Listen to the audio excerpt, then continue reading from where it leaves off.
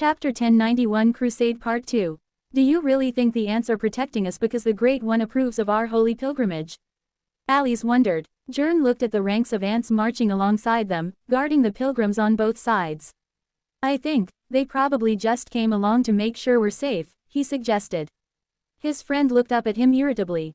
That's all. Priest Bane says it because they are guiding us along our blessed path and into enlightenment. All they really do is fight dungeon monsters for us, Jern pointed out. Alice scowled. Sometimes we have to fight for ourselves, don't we? He sighed and hefted the oversized axe on his shoulder. Surprisingly, an ant had given it to him, which had caused people to whisper and point. Eventually, he'd found a mage, who did turn to keep him in front of her, which he tested by taking a few steps to either side, who'd explained that, since he was so large and strong, they'd made a weapon he could use to help protect the pilgrims.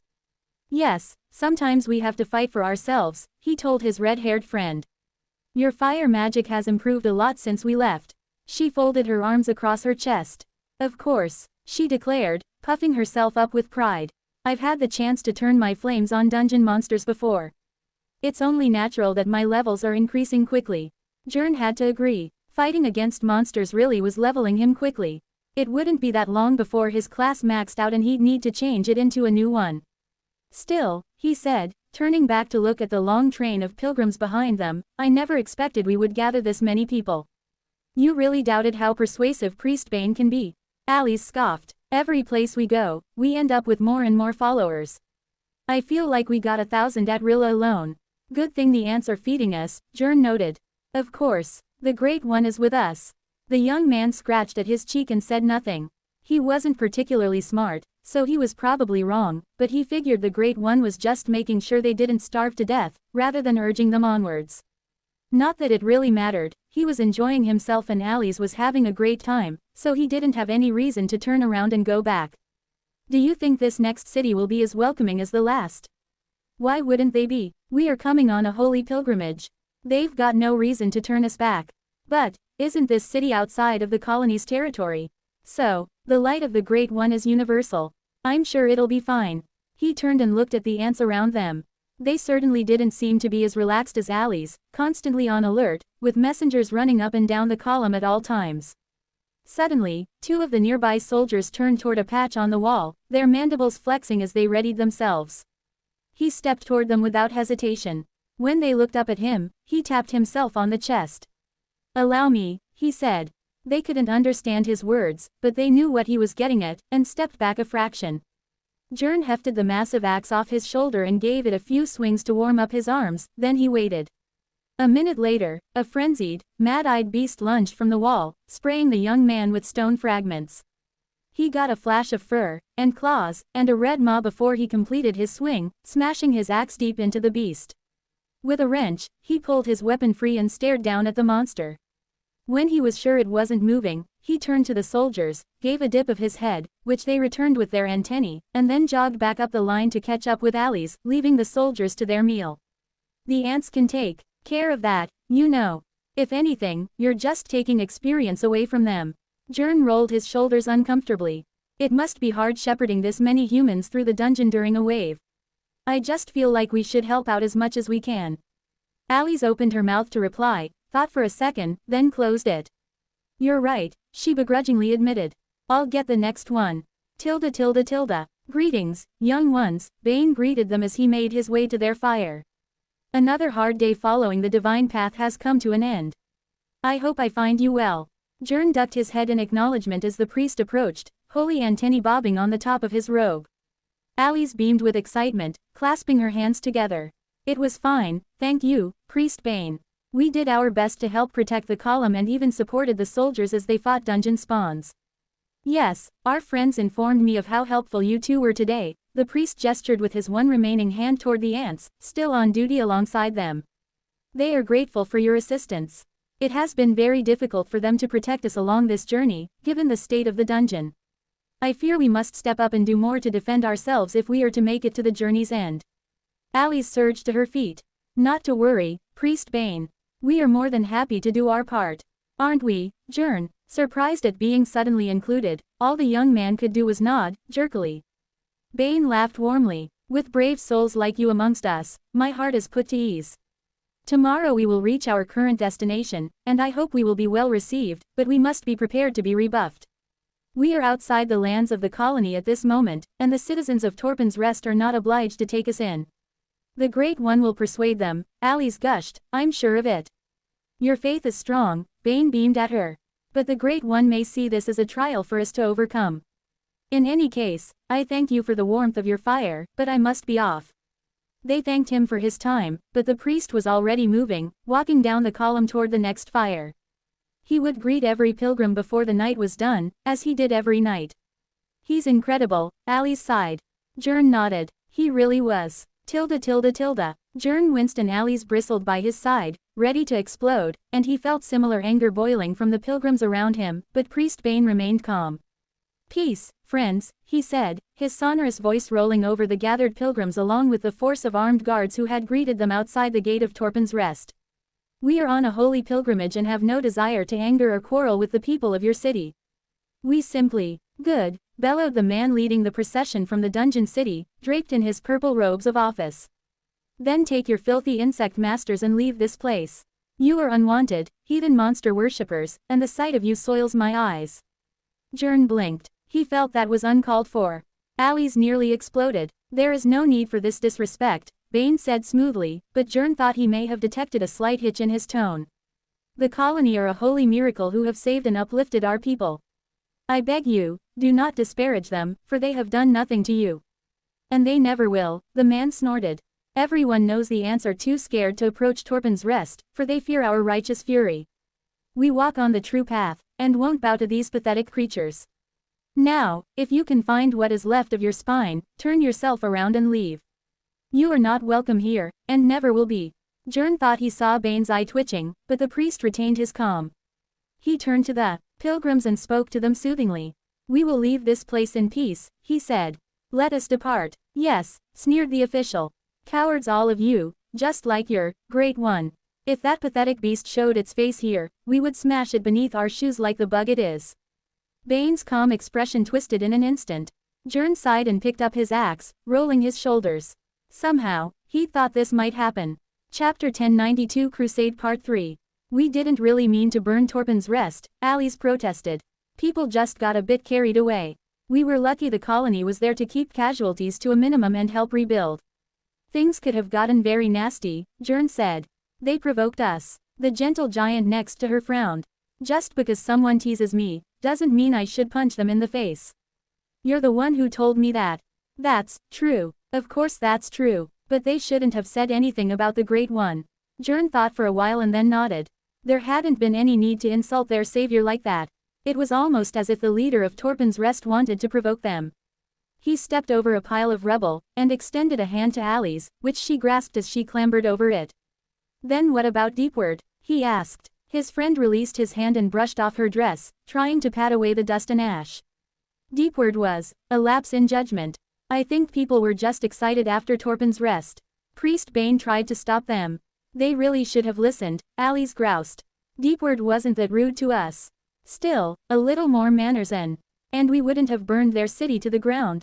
Yes, that. They came across several ants struggling to shift a beam of charred wood, carvers, judging by the size, so Jern put down his axe and helped them to lift, freeing it from the crumbling bricks that weighed it down. They waggled their antennae at him in gratitude and he smiled back before he picked up his axe and continued to walk. At least they were a lot more welcoming when we got to Jagtown, Alice said firmly. They let us in, Bane preached, we rested and then left peacefully.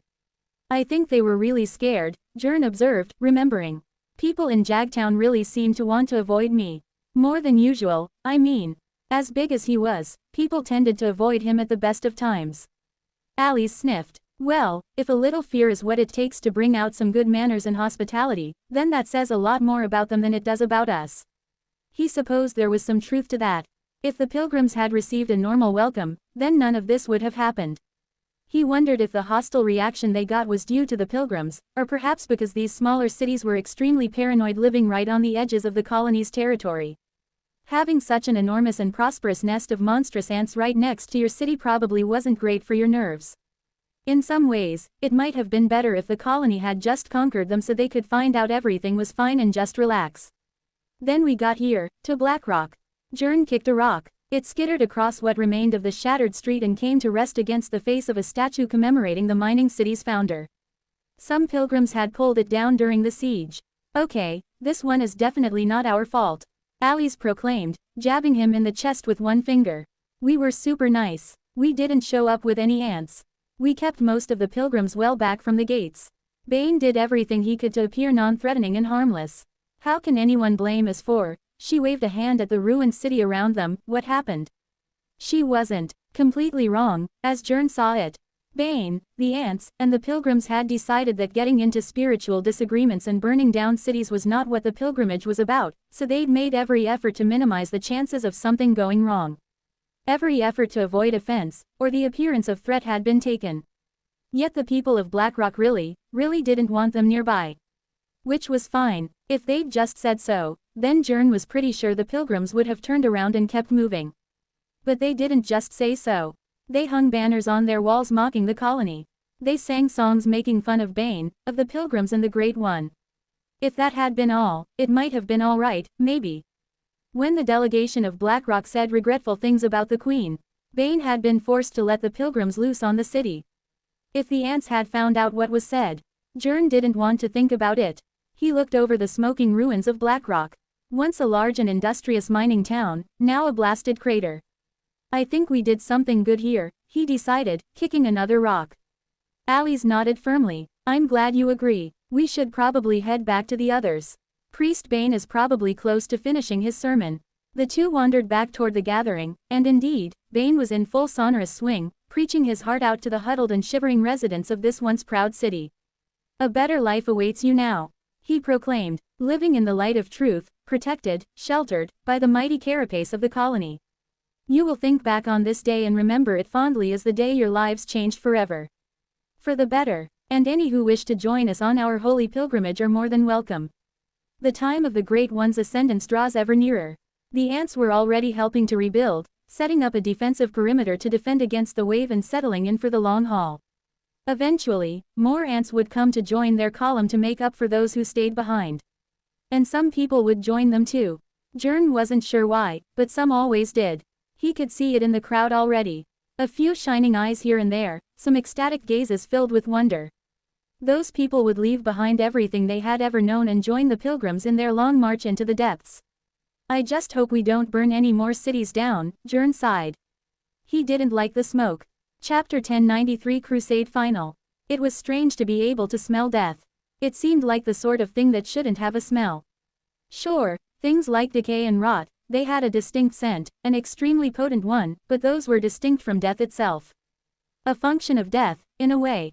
When a person died in front of you, or around you, there wasn't a discernible odor, as far as Jern could tell.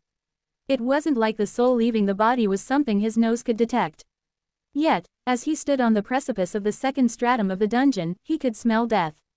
He didn't like it. It's so cold. Alice shivered as she stood by his side, looking down into the slowly stirring darkness. It's going to be colder once we get down there, he said. I don't want to think about it. At least it's supposed to get warmer once we reach the third. From what he'd heard, Jern wasn't confident she would enjoy that heat much more than the cold. He'd conversed with a few ants from the next two layers, and it seemed to him that neither were all that hospitable. Only when they reached the fourth would they find a climate they would consider suitable for life. I never thought I'd be standing here, he noted aloud. Alice looked at him, and then back down the sharply sloped tunnel. The border between the first and second lay before them, a sharp border in the dungeon. To both of them, it looked like a cloud of ink that revolved almost imperceptibly, a dark pond he could toss a stone into. After a moment, he shrugged, picked up a small shard of rock and lobbed it forward, gently, just a couple of meters. As it fell into the pond, the flat surface didn't ripple, it wasn't disturbed in any way, and the sound of the rock hitting the tunnel floor reached him a second later, muffled. What did you do that for? Alice asked. I was curious, Jern defended himself. And what if some nasty shadow beast lunges up out of there and rips your head off? She scolded him. You've got to be more careful. Jern idly considered telling her he was much better at killing monsters than she was, but decided against it at the last minute. Alice didn't particularly enjoy being reminded of that. We should probably head back, he told her. Bane told us we shouldn't be out here too long. Good idea. The camp wasn't far away, constructed in a large cavern formed from the intersection of multiple tunnels. A common phenomenon, he was told. Passages between strata were much rarer than regular tunnels, so there was often a convergence when one was around. Walls formed of hardened stone were patrolled by armed pilgrims, hundreds of them at a time, and the ants swept the surrounding dungeon on a never-ending cycle. Even so, the effects of the wave were impossible to ignore. Monsters would burst out of the ground inside the camp at all hours, one even emerged from just under the wall, collapsing a wide stretch as it forced itself free. Still, the pilgrims banded together and fought them off as best they could. It was probably a good thing they'd been doing so much fighting recently. Pretty much everyone was getting used to swinging some sort of weapon around. Even the old ladies. Jern and Alice waved to the guards, who let them in without fuss, then made their way towards the back of the camp, where it butted against the cavern wall. They found Bane not far away, talking with a large group by a crackling fire. "We must remain here for at least a week," Bane insisted. "Your devotion is to your credit, Sister Myra, but I will not have members of this pilgrimage lost unnecessarily. Won't the Great One protect us from the dungeon sickness?" the gray-haired woman demanded. "Everyone is certain our lack of symptoms can be attributed to the protection of the holy carapace. The Great One has stretched forth their mandibles to shield us from much harm, of that I have no doubt," Bane agreed, "but for other trials, we are expected to carry the burdens ourselves. The mana thickens precipitously as we descend, and were we to advance to the Shadow Sea without tempering ourselves, then many of us would falter. It takes time we can use to reflect and meditate on our profound journey." Myra didn't look like she much agreed with him until his final words. Perhaps she liked the idea of reflection and meditation since it sounded holy enough for her liking. She thanked the priest for his time and moved away, much of the crowd going with her. The two young pilgrims approached and Bane smiled at them. "Ah, Alice and Jern, how fare you today?" "Fine, father," Alice gushed. "We were just outside the camp looking at the tunnel down. Are we really going to have to wait a week before we can descend?" The priest looked grave and nodded. "Yes, I'm afraid we must. Even more may be necessary, though I hope that isn't the case. The devotion of these people burns strong, and I would hate to force them to delay on their holy journey. Dungeon sickness is a very real and truly dangerous concern. There are many in the camp who have been suffering silently. Were it not for the aid of our ancestors, then I'm afraid hundreds, maybe more, would have fallen already." He looked to his right, where the ants had dug out a large space from the cavern wall and created a low mana zone within. All of them had been expected to spend time inside, slowly letting the mana in their bodies out, then stepping back outside. By filling and emptying themselves of mana, they would gradually adapt. "You and I are probably due to go back in, Alice," Jern told her. She huffed at him and then tried to cover it with a cough, not wanting to appear difficult in front of the priest. Then he remembered something. "Oh, Bane," he said, "I need to advance my class and I thought I should do it today. I was hoping you could advise me." The one-armed man smiled and brushed at his robe. "Why, of course, I would be delighted to. That has long been my calling, after all. See, can I get your advice as well then, Priest Bane?" Alice squeaked. "You need not ask. My knowledge is always available to my brothers and sisters in the faith. Please, tell me of your builds so far." There wasn't much to tell. Jern was still, at this point, a simple laborer, and Alice had been a mage apprentice, the most basic of the introductory mage classes. The priest nodded thoughtfully as if this was all deep and interesting information. "And what sort of classes do you have available for the change?" he said. Jern had some interesting choices, probably based on the more militaristic skill levels he'd been gaining. Things like soldier, bruiser, axe wielder. "Oh, there's something weird here," he said. "What's a Templar of the Great One initiate? I don't think I've heard of that one." "Oh," Alice said, "I have that too. Have you heard of that, Bane?" The priest's eyes were bulging from his head and Jern thought he might be starting to froth at the mouth. "A miracle," he roared. Chapter 1094 Beneath the Waves. The subsurface conglomerate is a loose confederation of Brathian cities, kingdoms, merchant houses and roaming caravans that live in the waters of the fourth stratum. The endless lake. Brimming with life and water mana, the lake is the ideal environment for the Brathian to dwell in, though they are capable of living on land as well as beneath the waves. Historically, their people lived in or around freshwater sources outside the dungeon, and the more peace-loving amongst them still do. Within the fourth, however, is where the majority of the Brathian of Pengara now make their homes. Excerpt from On the People of the Fourth, by TIR. The crushing pressure of the waters abated as Theris slipped within the pearlescent barrier erected by his people. Knotted muscles loosened and tension drained from his scales as he smiled for what felt like the first time in weeks. In reality, it had only been a day or two, but the extra life mana thanks to the waves seemed to press in on him. The waters of the endless lake were vibrant, filled with energy and life, but the mana was so thick. When he swam, he felt as if the weight of the mountains that towered in the sky above was pressing down on him. The added weight of the unending tide of monsters did nothing to help the feeling abate. Welcome home, Theris. How did you find the current? Pires, I should have known you would be waiting for me. Of course, I would not want you to lose yourself amongst the fish and become confused. Do I look like a fish to you? Am I supposed to answer that? His cousin grinned at him mischievously and Theris shook his head. I have returned from an important scouting mission for the satrap, and you wait for me here on the border of our lands simply to throw insults. He shook his golden-scaled head. What will your mother say? She shrugged, her legs drifting as the waters shifted. What does she always say? You need to do better. Stop wasting your time. Cease flapping your fins. I don't listen anymore. This was a little disturbing to hear. Had his aunt and cousin really fallen out so badly?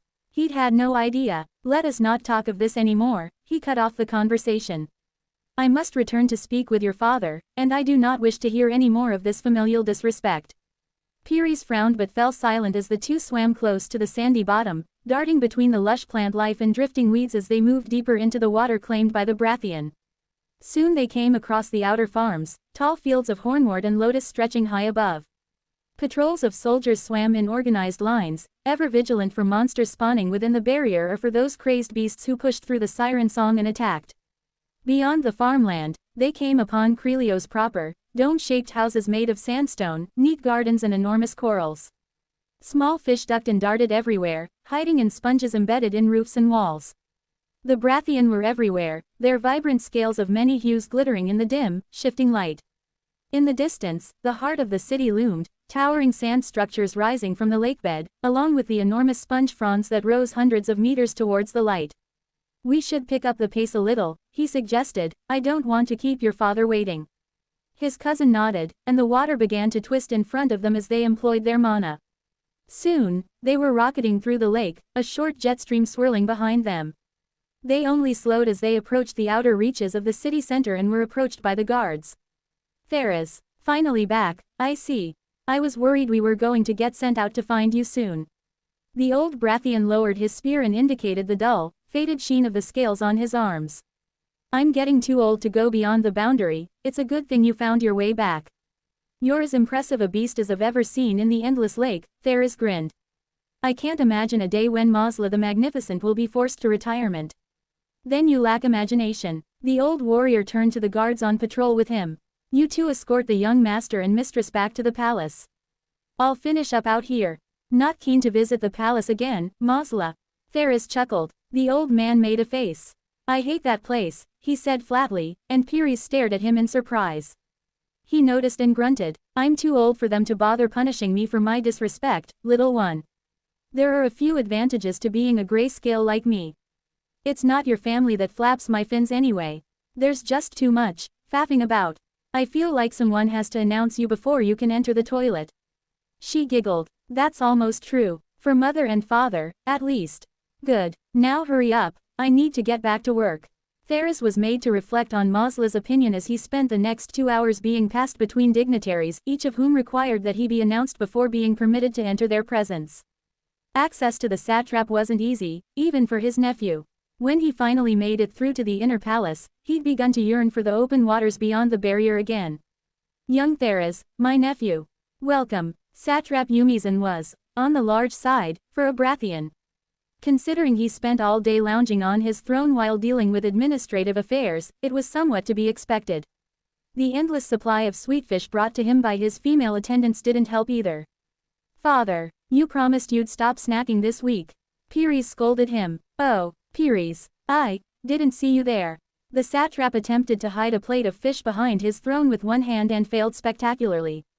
Don't tell your mother. She narrowed her eyes and folded her arms across her chest. Please. Satrap, Theris grinned, I have returned from my scouting mission at the Forward Enclave. There is much for us to discuss.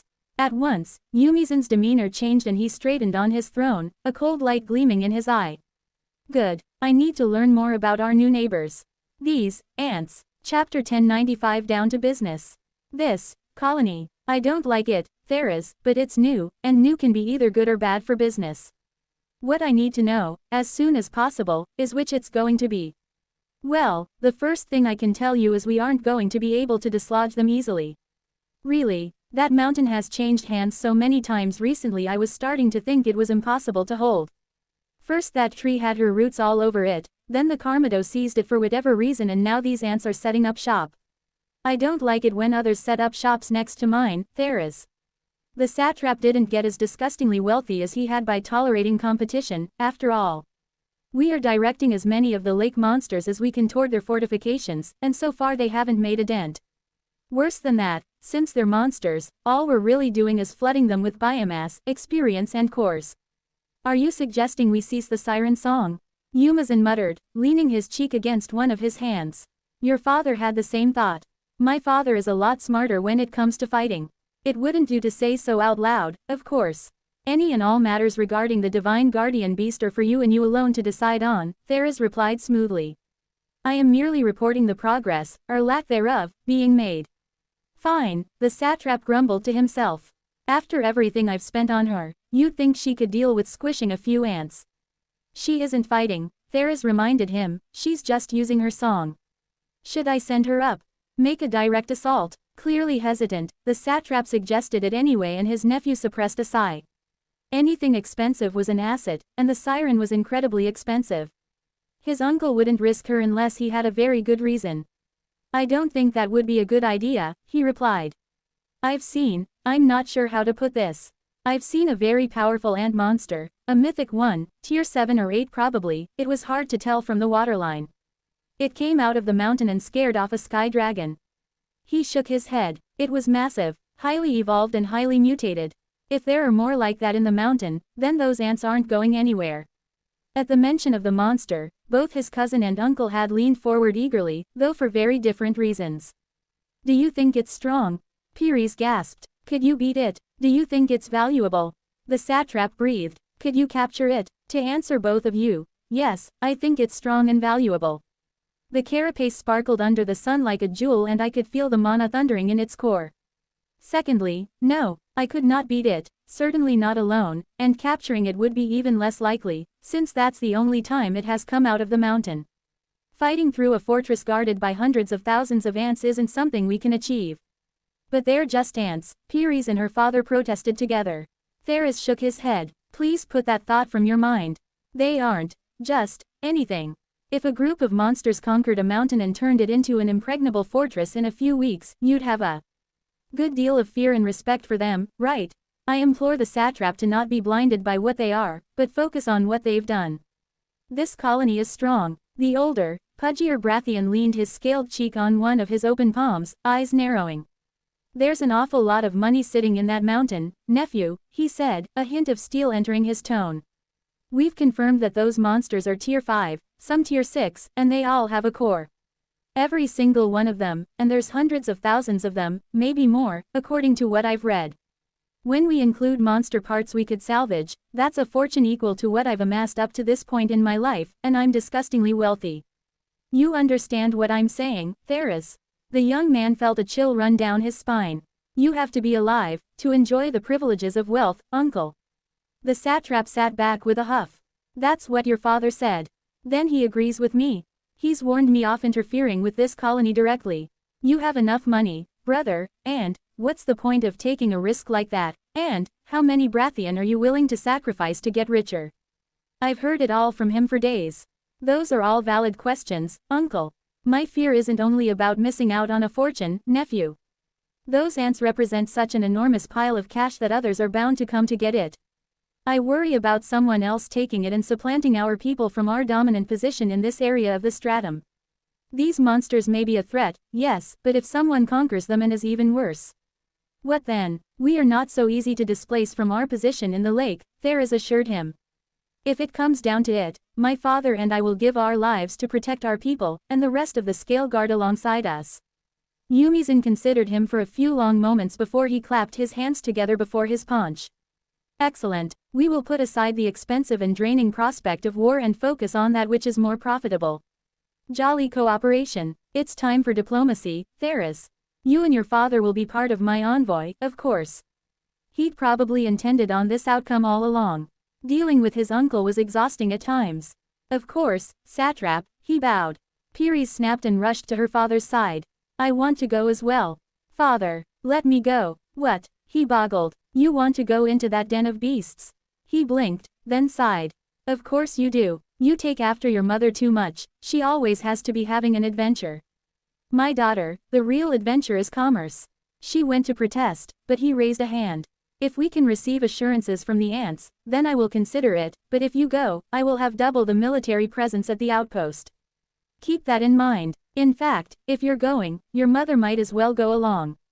She'll be furious if I keep her home and let you out. Taking the satrap's wife and daughter to a mountain full of monsters, Theris despaired. It was madness. Is there a problem, nephew? Not at all, satrap. Chapter 1096 Sweet Slumber. Ah, it's nice to see everyone looking so lively in the fortress. You're looking good there, siblings. Such gleaming carapaces. I greet a squad of ants moving to the front line. They duck their heads in shame and rush past me, trying to conceal the beams of light reflecting from their exoskeletons with their antennae. Gway. Everyone is metaphorically shining with good health while also literally shining from the torpor police's patented wax and shine. I've never seen such a well-groomed group of ants. Make sure you don't miss your next torpor session. I remind them as they flee into the distance. The reinforcements arrived yesterday to find the fortress still in the process of waking up.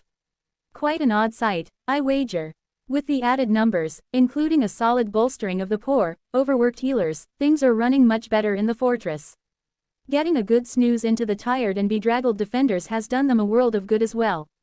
Thanks to this escapade, the fortress has a decent chance of not collapsing during the wave. I mean, I could probably have held off the wave if I went all out, but I'm a limited resource.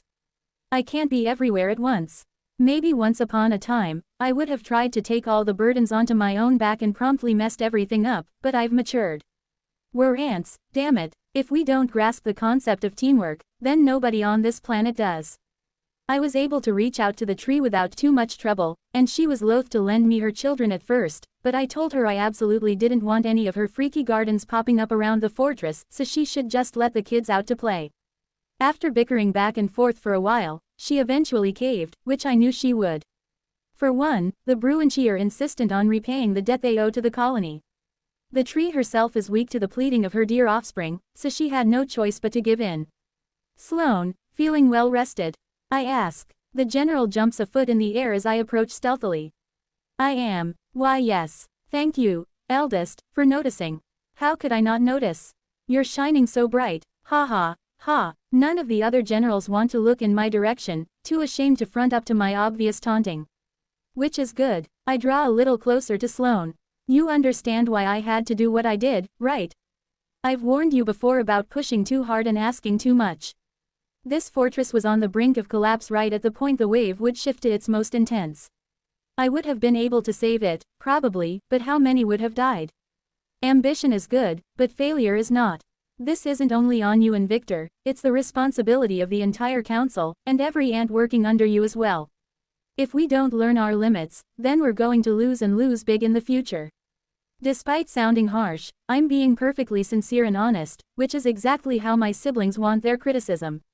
She nods slowly, though I see it's difficult for her. I understand, eldest. We will do better. I hope so. I really don't want to have to keep poking my antennae in and messing with everyone else's business. You're supposed to be so much better than me at running this stuff. Well, I have the advantage of being able to see what every ant in the entire fortress is up to at any given moment. If Sloane had access to perfect information like that, she would have seen the problem just as fast as I did. I understand. You won't be troubled in future, eldest. I swear it. Hey, you can trouble me as much as you want, we're siblings after all. As long as it doesn't involve the imminent collapse of a nest, you know, I'd prefer we avoid that. I turn to go, then turn back. But if a nest is going to collapse, please don't hesitate to call on me, in the event that I don't know about it already. We will. Good. Great. Good luck with the defense. Now I turn away and head off to give her and the other generals some space. They've got a lot of work to do to get the defense organized again. Some sort of handover with the Bruinchi will be necessary, I suspect. In the meantime, I've got a little free time to try and work out just what the heck is going on in my nave. Sending my consciousness inside the organ, I sink within the cathedral I carry about, entering through the vestibule along with the torrential flow of will. Until I rest among the rows of seats, each occupied by a spirit form of the person who has taken up residence here within me. Bane is here, obviously, along with the nameless ones, and Enid, and many others. To be honest, I haven't even finished going through all the chairs because, I don't know. It's weird. Michelangelant is probably in here actually. I should hunt down that darn sibling of mine. She's got something coming her way. It's a little disconcerting is all, to realize how much will you've accumulated from an individual, or even that they've been giving it to you at all. If it were only ants here, I probably wouldn't mind, but the humans being in here is weirding me out. At any rate, the place was full. I knew that much from my last visit here. It was full, no seats left, and I haven't mutated it to increase the available chairs. So, in theory, nobody else should be appearing in here. So why oh why, are there two shining, golden figures standing along the wall? From what I can see, it's a young woman and one huge young man. This dude is built. He must be 7 feet tall. Holy moly man, how are you affording shoes? More importantly, what are they doing in here? In the nave, glowing all golden, standing against the wall like soldiers standing guard. Do I have to talk to them? I have to talk to them, don't I? The last time I did this, Bane started some stupid crusade, the idiot. In fact, this probably has something to do with him. I'd bet my mandibles on it. Ah well, nothing for it. Chapter 1097 Golden Globes. Jern woke with a start. What was that? He mumbled sleepily. It's me. Who's me? He wondered as he rubbed at his eyes. Anthony. Who's Anthony? Can I go back to sleep, Anthony? You were asleep. Sorry about that. I don't sleep much. So, can I? No. Well, you can in a second. I just need your attention for a minute. 2 minutes. Look, I'll be honest with you. 5 minutes probably, then you can go back to sleep. I'm really tired, Anthony. Can this wait until the morning? I mean, it could. But I've already woken you up, so we may as well do this now. Can you go and get your friend? Wah, what? Which friend? The other golden glowy person. The girl, Alice. Sure, you don't know. Well, I haven't spoken to her yet. I figured I'd just talk to one of you and then you could get the other. She's in the girls' dorm. I can't go in there. Damn it. Look, just put some pants on or whatever and I'll get her to meet you outside. I want you to be able to talk to each other while I figure this out. Jern blinked a few times and rubbed at his eyes again. The fuss over the new class he and Alice had unlocked had gone on for ages, and frankly, he was exhausted. He didn't need this right now. He looked down. I'm already wearing pants. Good man. Go stand somewhere Alice can come meet you. Oh, if you see Bane, do not mention that I'm talking to you. That was odd. Why, are you a bad person? Does Bane hate you? Ha, I wish. No, he doesn't hate me. He likes me too much. He loves you. I would really prefer we did not use that phrasing. Alright, okay, I'm getting dressed, I'll stand outside. Thanks, I appreciate it. He pulled a coat on as quietly as he could so as not to wake those still sleeping around him before he crept to the door. There was no nighttime beneath the ground, no sun that traveled across the sky, something he was still getting used to. Outside, the light from the dungeon vanes was the same as always. Patrols of humans and ants were constant, and several gave him odd looks as he ducked low under the door frame and stepped out. Shortly after, Alice found him, similarly stumbling with fatigue. He poked her in the arm and she glared up at him, a little fire returning to her eyes. All right, I think I can talk to both of you at the same time. Yep, I can. Nice. Hey, how are you two? Jern shifted his feet but Alice glared at the air. I'm tired, she snapped. He agreed. Look, I'm sorry I woke you up. Sheesh, you've only got yourselves to blame, showing up all shiny in my nave the way you did. I certainly didn't invite you. Alice sighed and pinched her brow. Look, could you perhaps just explain to us who you are? And how are you talking to us? This doesn't feel like a mind bridge. It doesn't, Jern wondered. Then he thought about it. Then he nodded. It doesn't, he confirmed. I'm Anthony. I mean, that's my name. which you've probably never heard. The eldest. The, Great One. Does that ring any bells?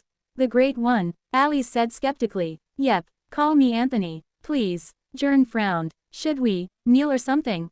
He asked Alice. No, wait, you believe it? He shrugged. Why not? The Great One is on the 4th stratum according to Priest Bane. They couldn't possibly talk to us. And why would they talk to us? Well, under normal circumstances, I probably couldn't. And I am on the 4th stratum. As for why, that's what I want to know. You guys have a class change or something recently. Something ant-related. You're on the pilgrimage, right? How do you know where we are? Alice hissed, eyes darting at the darkness around her. I would really prefer we get through this without me having to talk to Bane. Between the three of us, he can be a bit intense. And loud. Jern nodded. That was true. I like a good fiery sermon, though, he said. Whatever floats your boat. I find it hard to enjoy them since I'm typically the subject. I can understand that, Jern nodded. This guy gets it. How about you, girl? No, you seem to just be getting angrier. Fine, have it your way. Wait a second. They did. There was a strangled scream from somewhere in the camp which caused everyone to turn and grow tense. Was it a monster? Was someone hurt? Before anyone could investigate, Priest Bane sprinted out of a tent, shirtless, and stared wildly around the camp until he spotted Jern and Alice. He charged toward them as if they were salvation itself, his eyes bulging and red. Jern found it somewhat frightening. Listen to the Great One, the priest choked out, sounding as if his throat were constricted by a pair of giant mandibles. Then his mouth began to twitch, followed by his whole body. Soon, he was spasming wildly, as if he desperately wanted to say more, to do more, but was prevented, until, with a despairing cry he spun and ran back to his tent, vanishing from sight. See what I mean? The guy just needs to relax a little. He's been under a lot of pressure, Jern defended him. Ali's jaw was still working, shock plain in her eyes. So, you actually are the Great One. Yep, that's me, Anthony. Hello, I haven't got your names yet. Alice seemed to be broken. I'm Jern and she's Alice, he said for her. Nice. Now, if you could just explain to me if you've had a class change to something ant-related, that would be great. Then you can go back to sleep and all that. Alice was starting to worry Jern. We recently advanced our classes and were offered Templar of the Great One Initiate, which we took. There was a huge fuss. The class benefits were a bit weird as well. The stats are strong, but the effect gives us an improved connection to the Great One, and marks us as defenders of their sanctum. Your sanctum, I guess. Oh nards, there's going to be more of you soon, isn't there? Probably. Stupid priest. Forget I said that, I'm just frustrated. Alright, I think that's all I need for now. Thanks very much for your cooperation, Jern. And Alice. Snap, out of it. Sorry. Good. Don't turn into another Bane, I beg you. Chill out. Okay, you two can head back to bed now, thanks for your time. I'll probably get in touch again, soonish. Try and learn as much as you can about your new class so I can ask about it. You don't know about it? Jern asked, confused. It doesn't come from you. No, I don't control the system. Who told you that? Nobody controls that I know of anyway. Maybe the wizard. I can neither confirm nor deny that someone controls the system of this world. Now go to bed. Chapter 1098 Pet Talk. The system is responsive to changes in environment and circumstances, that much is known. What is less understood, is why. Many have tried to predict how the system will adapt to new circumstances, but to my knowledge, they have been confounded every time. Kingdoms rise and fall without ever seeing a unique class develop within their territory, whereas some people are given access to one for seemingly innocuous reasons. Famously, Dilip Krant, a sheep herder from a small village on Mount Gratigan, was the first to unlock the rare, cloud-stepping shepherd, class. When scholars tried to discern what had led to the unlock, they were baffled and eventually concluded that an earlier incident in which Dilip fell from a great height and survived while herding sheep had done the trick. Excerpt from Intricacies of the System, by Shinchi. Yet another problem the priest has caused me. Well, I'd like to say that, but ultimately the blame rests with me, and I can't get away from that. As much as I'd like to. Whatever these Templars, whatever they are, and whatever they do, it's outside of my control at this point. I'll just have to rattle along and hope it doesn't blow up in my mandibles. In the meantime, there's stuff to be about in the fortress. Hi senior, how are you doing? Did you sleep? Did you force me to sleep? That wasn't very nice. Hello there, Vibrant, it's nice to see you looking so rested and refreshed. You even remembered to talk slower. I don't like sleep, she shivered. Standing still for that long is unnatural. You need to go into torpor regularly, you moron, I give her a stern glare. These rules exist for a reason. You don't have to follow rules if you can outrun them. Bye, and paf, she's gone in a cloud of dust. Or at least, she tried to leave. Senior, put me down, Vibrant cried. Gway hey, think you can run away from the rules, do you? Maybe I should send you back for another snooze in the shadows. What do you say? The big soldier's legs blaze so fast they kick up a storm of wind, but it's no use since I've lifted her off the ground using a gravity well. Gah, you'll never be able to run away from me, Vibrant, I cackle. So be good and get regular rest, or else I'll have to come and find you. Fine, let me down. I didn't like it when it can run. I release the spell and she drops to the ground with a thud. She flicks her antennae at me angrily and then vanishes into the distance, accelerating so quickly she vanishes like a cartoon character. I can only shake my head. Vibrant will never change, that's for sure. My next stop is to drop in on Chrysalis, Tiny and Nvidia. Each of them is battling down in the tunnels, grinding their skills and levels, preparing for their next evolution, and I'm keen to see how they're going. Die, you filth, how dare you assault the home of my master. Die, Chrysalis is letting her inner thoughts out as she unleashes true horror upon the creatures of the wave. I feel sorry for the monsters that run into her. The tunnel has been turned into a mass of writhing tentacles that snatch up everything that draws near and brutally cut them apart before shoving the pieces into one of her 3 mouths. How's it all going, Chrysalis? I call to her. Dieee master. Oh, I didn't realize you were here. Everything's fine, just fine, you seem to be having fun. I'm just happy to be doing my duty. I think something is trying to sneak past you. What, you filth? Deaaaath. Good job, keep it up, Chrysalis, I'm proud of you. Hehehe, she giggles to herself as I turn and leave. Deep down inside, she really loves being a terrorizing murder ball. Good for her. Tiny is, quite naturally, rather enjoying himself.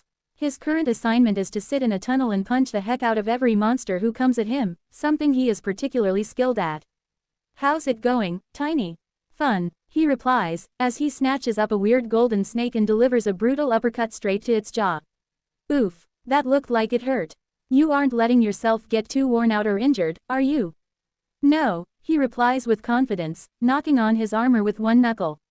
Just make sure you take care of yourself. I worry about you, you big ape. Okay, he gives me a double thumbs up before he turns with exquisite grace, balanced perfectly on the balls of his feet, and fills the tunnel with lightning.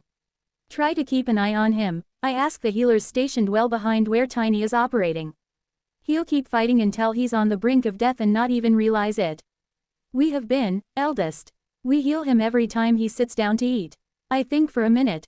That's a lot of healing. Good work, thank you. And of course I drop in on my favorite floating eyeball and find him doing what he does best, exploding everything that tries to hurt him and being envious. The other tunnel SSSSSSS are better. I wants them. They're exactly the same as this one, I promise you that. I have SSSSS your word. It's all yours, buddy. He thinks for a minute. Good. Boom, boom. Looks like your explosions are getting even more potent. You get a new rank. Yes, I wants all the ranks. Nice work, keep practicing and you'll get them all. Put that big brain of yours to use. We pause the conversation to allow a little time for him to blast what appeared to be a mole covered in molten silver with his green laser of doom. You must be getting close to evolving now, right? His green eye flashes bright. Yes, he practically purrs, his tiny little arms wiggling in delight as his wings flap lazily. Awesome, I'm going to have to get those demon cores ready for you 3. Exciting stuff. Chapter 1099 Fish Talk. To be honest, I find the thought of my 3 pets evolving more exciting than my own prospect of evolution. I can't wait to see how the 3 of them turn out. Especially Nvidia. The demons are super weird in the way that they evolve, and the little dude has been stuck at tier 6 for a heck of a long time. His skills have come along really nicely, since he grinds a heck of a lot more than Tiny, and more than Chrysalis even. His mastery of mind magic in particular is stunning. It'll be interesting to see if mind magic turns into anything else as it goes up in rank. I'll need to settle down and look at my own skills and mutations soon as well. I've got some big decisions to make, especially in regards to my knave. Things are going funky in the cathedral, and I need to try and work out a more clear direction. Not to mention the more powerful mutations have been offered at +3-5. I'm keen to see what sort of effects I can get on some of my other organs. I'll have myself fully maxed on mutations way before I even need to think about my next evolution, which will be nice. Geez, my next evolution, heading to tier 8, I have no idea what sort of insane options I'm going to be offered at this point. In fact, I won't have an option to continue my current, multi-part evolution. I might be offered something that finally takes me off the Paragon path. Eldest, one of the scouts rushes up to me and I see it's Will's.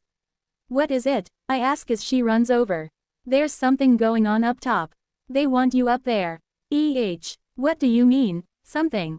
There isn't any more information than that. I'm not sure. There was some weird activity down on the shoreline that the scouts found suspicious. Suspicious. More suspicious than the endless swarm of sea monsters sprinting on their fins at our walls. Different, the scout snaps back, frustrated. Something different than a horde of sea beasts sprinting at our walls. I'm not sure exactly what it was, but it was deemed worrying enough that we decided to send a runner to get you. And you came yourself because I'm the fastest scout in the fortress. Fair enough, let's go then. Following along behind Will's, I rush my way up the disconnected central pillar until the two of us reach the walls. The fighting is still constant up here, and the din of battle shakes my antennae as the ant defenders subject the endless press of monsters to a buffet of acid and devastating magic. Without any ceremony, the two of us press through the rows of ants until we reach the front and Will's points with one extended leg. Down there. I look. I pause. I look again. That is weird, right? There's a flag, a really big one, standing tall on a long pole formed of some sort of glimmering blue stone and rising out of a frothing, bubbling patch of water. Yeah, okay, I understand why you got me now. What do you think it is? Well, either someone is playing a joke, or they're trying to make contact with us. Probably the latter, since I don't think anyone is going to stick their neck out during a wave just for laughs. So, should we respond? Do we put together an escort to bring them into the fortress? We do not need this right now. Who is reaching out during the middle of a wave? They've got a lot of confidence, or they're just nuts. Still, the question remains, what's the right thing to do in this scenario? We have a diplomatic contingent, but there aren't any down here on the 4th stratum at present. Why would there be? All we've been doing is fighting and building. We don't need anyone to smooth talk the tree, since she pretty much only talks to me. Only one thing to do, then. I'll take control of this situation. Clearly, I'm in the best position to represent the colony to whoever we've got here. The question is, how do I go about it? Show of force. Humble. I need to get a bit closer if I want to extend a mind bridge, but would they welcome being connected to a monster in this way? There's a lot of questions, but I can already tell that I'm just going to do things in the most straightforward manner in the end. That means getting out over the wall, stretching out a mind bridge as far as I can, and then seeing what happens next. So that's exactly what I do. With an empowered gravity domain extended out around me, I can pretty much shrug off what the monsters can do to me, especially when the colony covers me from the wall. Surrounded by bellowing, maddened beasts, I approach the oversized flag waving gently in the breeze and stop once I'm roughly 500 meters from it. Using my senses, I try to detect any mana source in the vicinity of the flag, but it's hard to get a good reading. The water itself is so rich in mana, and the monsters all over the place don't help either. With a shrug of the antennae, I start to weave a bridge and extend my mental connection toward the general area, then start broadcasting. Hello out there from the colony. We noticed your flag and assumed you wanted to have a chat. Can we interest you in tea and biscuits? Are you seeking friendly negotiations? Finally, I feel someone latch onto my bridge and it snags onto them, connecting us mind to mind. Greetings, Ant. I am Aleves, and I come as a representative of the satrap of the Brathian Island conglomerate. The who? Well, hi and hello. Obviously, first contact between new peoples is always a little awkward. It would be helpful if we could figure out what each of us was looking for. Non-aggression agreement, assistance against the wave, trade. I can feel a ripple of humor from the mind on the other side of the bridge. You just said the magic word, she chuckles. Chapter 1100 Commerce. The best way to ensure peaceful cooperation with your neighbors is to make sure it's far more profitable to continue living together than it is to go to war. Wars are expensive, messy affairs after all. Pay for arms and armor, pay for training, pay for wages, food, transportation and shelter. And after you've paid for all of that, what does your soldier go and do? Dies. They die. Investment is lost on so many levels that it makes my heart bleed. And for what? Territory. Raw natural resources. Those raw resources are the cheapest possible form of that substance. After the artisans get their hands on it, the enchanters have worked their magic on it, then you have something of worth. Being the person to dig it out of the ground is hardly a privilege. Embrace your neighbors, and profit. Only fools and fanatics go to war. Excerpt from On Ruling, by Satrap Umizan. Umizan, wife of the satrap, wasn't an easy woman to impress. She had seen rivers of gold.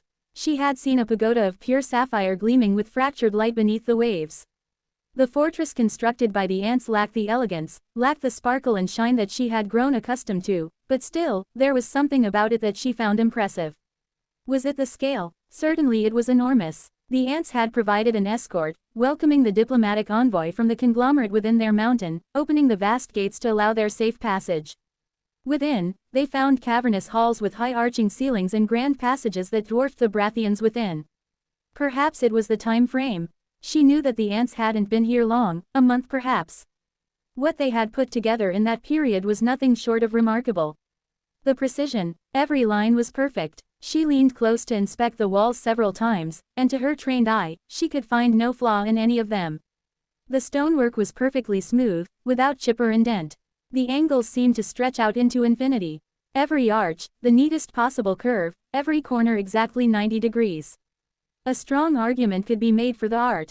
She hadn't expected to see it within a monster's den, but it was everywhere she looked. Frescoes, statues and carvings decorated almost every surface, each depicting glorious scenes of ant triumph, or incredible landscapes dotted with ant workers tending to crops and fields, or battle in the tunnels. Perhaps had they been formed of gold or silver, or carved in relief from a diamond pane, they would have moved her more deeply, but there was still something about them that soothed her heart. They wish for us to sit, her advisor, the court mage, Irisad told her, gesturing toward the round table before them. The table was carved of stone directly from the mountain itself, a part of the room as much as the walls. The chairs, thankfully, were more comfortable, made of gleaming wood that thrummed with earth mana, and appropriately cushioned. Thank them for their hospitality, she replied and sat, dignified. Her flowing robes fell back from her shoulders, exposing the shimmering blue scales of her upper arms as she folded her hands in front of her. There were several ants in the room, but not as many as she expected. The large one remained, though the monster was forced to curl its body up so as not to dominate the space. Certainly, it couldn't fit around the table. Iran took a moment to examine the rest of her diplomatic mission. Pires, predictably, was vibrating with excitement, staring at everything around her with wide eyes. Thankfully, Theris had taken her words to heart and stayed by the girl's side, keeping a tight grip on her arm and reminding her of proper behavior. Her guards were as stone-faced and prepared as she should expect, given their perilous position. Should their hosts turn aggressive, it was up to them to hold on long enough for the siren to arrive from her position in the waters outside to secure a path home. The mages were similarly grim-faced as they monitored the area for any hint of danger and communicated mentally with the ants. Irisad leaned close once more. They are offering refreshments, Iran. Are you willing to accept? It would be rude to decline. What if they offer biomass? Then we gracefully excuse ourselves from partaking. It was a valid point. What would the ants offer besides what they themselves ate? Shockingly, a smaller ant entered with strangely formed front legs, gripping a tray in its claws as it walked on the other four. With a strange insect grace, the tray was slid in front of her to reveal a steaming cup of tea, along with a buttered scone. A confused Irison spoke in her ear again. They apologize for not being able to offer cake and a proper selection of biscuits. Apparently, they don't have direct contact with their other nests and are short on supplies. She hesitated. They are surprisingly sincere in their apologies. They take hospitality seriously, then. Apparently so. Discreetly, she leaned forward to inhale the fragrance of the tea, allowing her necklace to hang close to the food. No reaction. Unpoisoned. Then, with exquisite motions, she lifted the cup and brought it to her lips, allowing herself a sip of the liquid. She considered for a moment, then took another. This tea is incredible, she murmured. By the waves, where did they get this? You want me to ask them? She hesitated. Would it be taken as a sign of weakness to be asking questions already? Surely not. Please do. She managed not to jump in her seat as several ants clacked their mandibles, breaking the hushed silence in the chamber, though her guards lacked the same level of self-control. Several swords were halfway removed from their sheaths as Irisad hastily spoke aloud. They were expressing happiness, she said clearly. The Iran inquired where they sourced their tea and spoke of its quality. The ants were pleased, as they grow the leaves themselves. Apparently, the drink is a favorite with their queen. Among their queens. Please excuse me. So they have more than one, then? She mused as she took another long sip. Should I ask? No, they are ants. Asking after their queens will likely lead to trouble. Let us deal with those in front of us. These negotiations would be amongst the most interesting of her life. First contact with an entire new civilization of monsters. Who knew what could come of it? Most importantly, did they have anything to trade?